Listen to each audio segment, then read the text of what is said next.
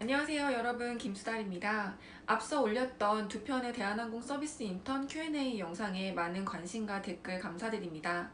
제 생각에 지금쯤 여러분들 골머리 싸면서 대한항공 이력서, 자소서 어떻게 써야 되나 열심히 고민하고 있으실 것 같아요.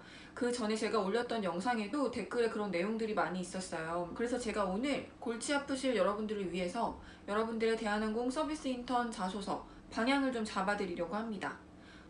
그럼 바로 시작해 볼게요. 한국 서비스 인턴 자소서를 쓰시기 전에 세 가지 먼저 꼭 기억하셔야 될 점이 있습니다. 첫 번째, 대한항공에서 사용하는 단어와 친숙해지기. 두 번째, 대한항공의 인재상을 알아보고 나의 에피소드를 생각해보기. 세 번째, 내가 지원하고 있는 대한항공 서비스 인턴의 직무의 방향성에 대해서 이해하기. 첫 번째로 말씀드렸던 대한항공에서 자주 사용하는 단어와 친해지기는요, 여러분이 먼저 대한항공 홈페이지를 좀 꼼꼼히 보셔야 될 필요가 있습니다. 대한항공 홈페이지의 맨 밑에 보시면 회사 소개란이 있습니다. 그쪽을 한번 꼼꼼히 읽어보시고요. 정성을 다하는 대한항공, 광고에 사용되었던 하늘 가득히 사랑을, 이건 노래로 나왔었죠. 하늘 가득히 사랑을. 네, 엑설런스 인 플라이트, 항공 업계를 선도하는. 그래서 자주 쓰는 단어를 먼저 파악하시고 여러분들도 같이 써주셔야 하는 이유는 여러분들을 면접 보실 면접관님들과 여러분들의 자소서를 검토하실 인사팀 직원분들은 그 단어들을 매일 보고 듣고 회사 벽에 붙어 있어서 사방에서 보이는 그런 친숙하고 익숙한 단어들일 거기 때문에 여러분들이 그런 단어를 써주셨을 때 그분들도 더 익숙하고 친숙하게 느끼실 거라는 얘기죠. 그래서 한 단어를 쓰더라도 그 회사에서 자주 쓰는 단어, 광고 슬로건에서 내세우는 단어, 그 회사 직원들이 어떤 부분에 대해서 자부심을 가지고 있는지 한번 생각해 보실 필요가 있다는 거죠. 두 번째 사전에 하셔야 될 일은 인재상을 알아보고 거기에 맞는 나의 에피소드 발굴하기입니다. 준치적인 성향, 국제적인 감각, 서비스 정신과 올바른 예절, 성실한 조직인 팀 플레이어. 팀 플레이어 같은 경우는 사람들과 함께 섞여서 함께 화합해서 성공을 이루어낸 그런 사례가 있었는지 한번 생각해 보시고 먼저 본인의 적합한 에피소드를 한번 적어 보시길 추천드립니다. 첫 번째, 여러분이 사전에 준비하셔야 될 부분은요, 서비스 인턴이라는 직군에 대해서 이해하는 겁니다. 서비스 인턴은 이름에서 알 수 있듯이 서비스를 하기 위해서 채용을 하는 사람들이에요. 그래서 여러분들이 입사하셔서 뭐 본사로 나중에 가실 수도 있겠지만 기본적으로는 여러분들은 공항 현장에서 서비스를 하는 사람이다. 그리고 앞으로도 서비스를 할 사람이다. 라는 걸 전제로 깔고 생각을 하셔야 됩니다. 그럼 이제 1번부터 문항을 한번 살펴볼게요. 1번 문항은 대한항공에 지원한 이유와 입사 후 대한항공에서 이루고 싶은 목표를 기술하세요 이네요. 네, 간단하게 보면 대한항공에 지원한 이유는 지원 동기이고 대한항공에서 이루고 싶은 목표는 입사 후 포부입니다. 먼저 지원 동기 파트를 쓰셔야 될 텐데요. 이 지원 동기 파트는 회사에 대한 조사가 조금 수반이 되면 좋습니다. 처음에 말씀드렸던 회사에 대한 인재상 5가지 중에서 이 인재상과 내가 가장 부합하는 것 같다. 이 인재상과 적합한 사례를 나는 가지고 있다. 라는 걸 하나 정하셔서요. 그걸로 하나 푸시는 게 좋아요. 대한항공의 땡땡땡한 부분이 저의 땡땡땡한 가치관과 부합하다고 생각하여 지원하게 되었습니다.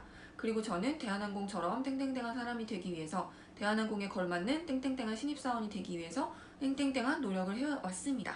땡땡땡한 일들을 해왔습니다. 그래서 두 번째 파트인 대한항공에서 이루고 싶은 목표, 즉 입사 후 포부죠. 개인적인 입사 후 포부가 아닌 내가 회사에 어떻게 기여할 수 있는지에 대해서 쓰셔야 됩니다. 모든 문항을 적으실 때 좀 구체적이고 사실적으로 적으실 필요가 있어요. 이 입사 후 포부 같은 경우에도 가끔 보면 되게 뭉뚱그려서 쓰시는 경우가 있어요. 저는 입사하면 진짜 열심히 하는 직원이 되겠습니다.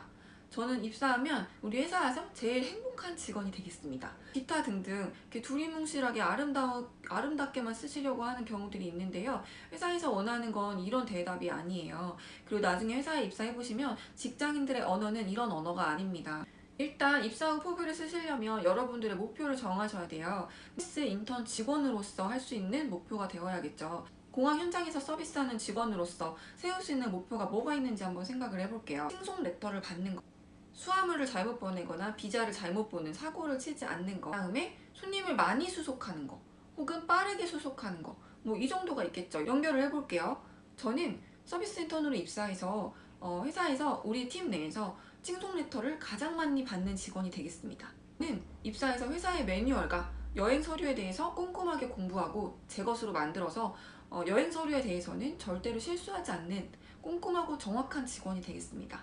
대한항공은 사내 분위기가 상당히 보수적인 분위기예요. 지점장이 되고 싶다, 상무가 되고 싶다 라고 구체적인 직함을 쓰시는 건 그런 분들이 보았을 때 좀 거부감이 들 수 있기 때문에 그런 부분들은 빼시고요. 입사원들의 패기로 저는 입사해서 이러이러한 제도를 바꿔보겠다든지 이런 부분을 개선하겠다라든지 이런 쪽으로는 쓰시지 않는 게 좋습니다.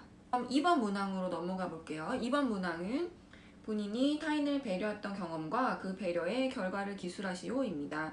네, 이 부분은 여러분들의 서비스 정신을 보고 싶다라는 내용인데요. 여러분들이 해봤던 서비스 경험에 대해서 기술하세요 라고 물어보고 싶은데 여러분이 나이가 어리고 경험이 없을 거라는 걸 감안해서 여러분이 타인을 배려했던 경험과 그 배려의 결과를 기술하시오 라고 문항을 비슷하게 바꾼 거라고 생각되어집니다. 서비스직 아르바이트 경험이 있으시다면 그 경험을 통해서 적어주시는 게 가장 좋습니다. 손님에게 이런 부분을 배려했다 라고 적으시는 게 가장 좋고요. 혹시 없으시다면 그 조직 활동을 했던 사례를 적어주시는 게 좋아요. 예를 들어 학교에서 했던 동아리 활동이나 아니면 봉사 단체. 그리고 이 부분을 적으실 때는 마무리가 좀 중요한데요. 손님이 SNS에 좋은 후기를 남겨주셔서 많은 손님들이 신규로 유입이 되는 그런 결과가 나타났습니다.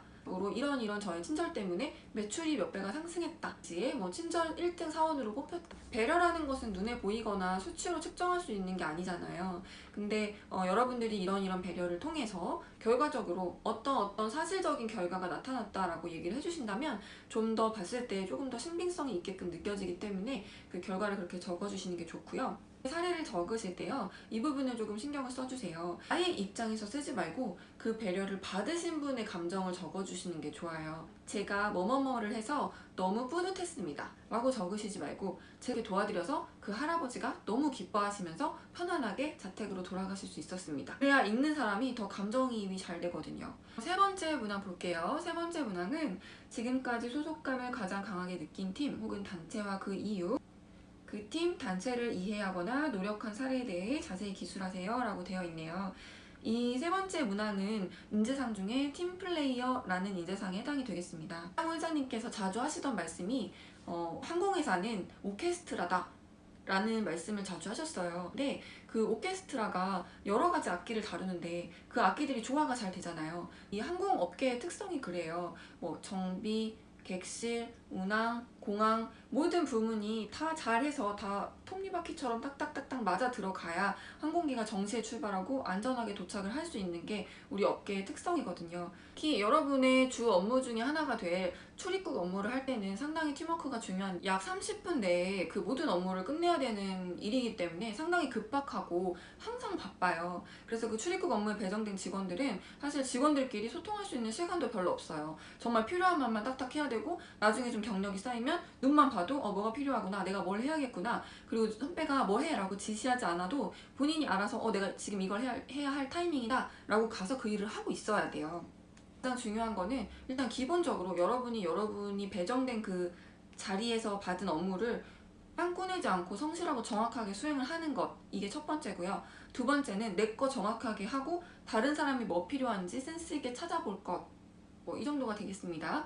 그래서 이런 쪽으로 포인트를 맞추셔서 여러분들이 이제까지 팀이나 조직 생활을 해보신 사례 중에 이거랑 연관된 에피소드가 있으시면 그걸로 한번 적어주시면 될 것 같아요. 간혹 가다 보면 그 종교단체를 쓰시는 친구들이 있어요.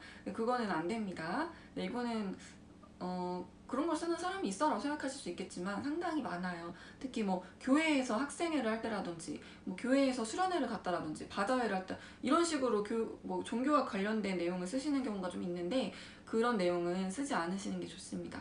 대한항공 서비스 인턴 서류 마감이 약 일주일 정도 남았습니다.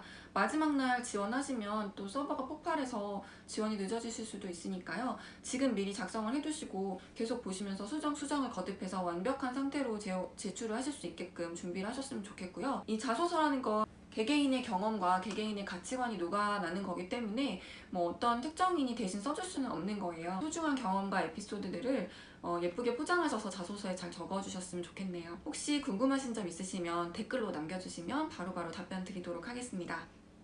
구독 꼭 해주시고 알림 설정 잊지 마세요. 여러분 모두 힘내세요.